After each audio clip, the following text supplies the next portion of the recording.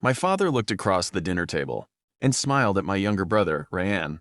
"You are not half the man your brother is." The room went silent. My mother nodded without saying a word. For years, I had accepted being treated like the family disappointment. But that night, I had finally reached my limit.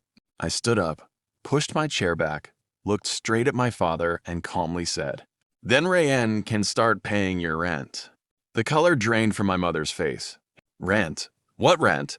That single question destroyed a family secret they had hidden for years. My name is Ethan. Growing up, I was always compared to my younger brother, Rayan.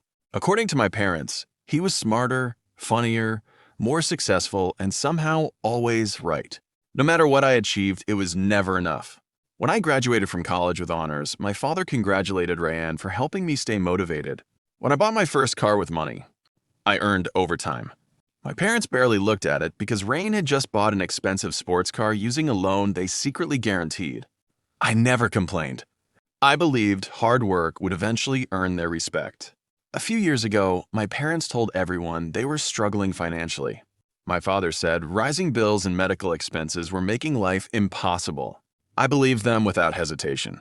Every month, I quietly transferred money into my father's account. He called it rent, even though I had not lived in their house for years. He said it was my responsibility as the oldest son to support the family. I trusted him completely. For nearly 4 years, I paid every single month. I skipped vacation. I delayed buying a home.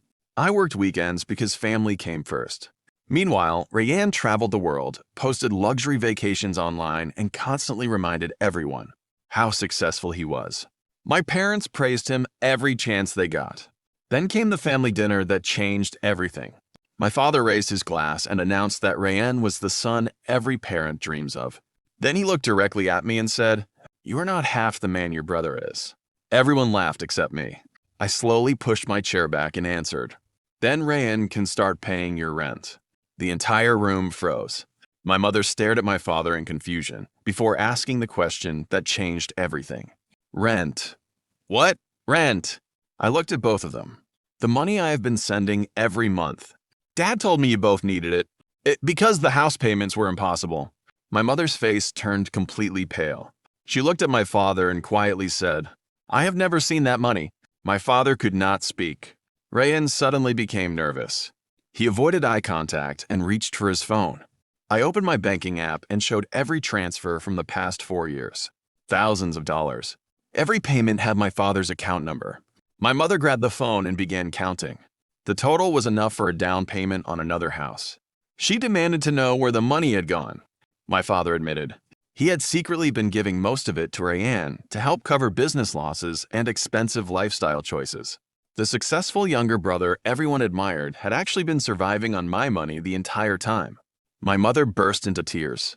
She realized she had spent years criticizing me while praising the very son who had been living off my sacrifices. The relatives sitting around the table were completely shocked. No one defended my father or Rayan anymore. I quietly picked up my jacket and walked toward the door. For the first time in my life, no one tried to stop me. The next morning, my father called more than 20 times. I did not answer. A week later, my mother visited my apartment alone. She apologized for believing lies instead of appreciating the son who had always been there. I forgave her, but I made one thing clear. There would never be another payment. Months later, I bought my own home with the money I finally kept for myself. Rayan eventually had to sell his luxury car. My father was forced to face the consequences of his decisions.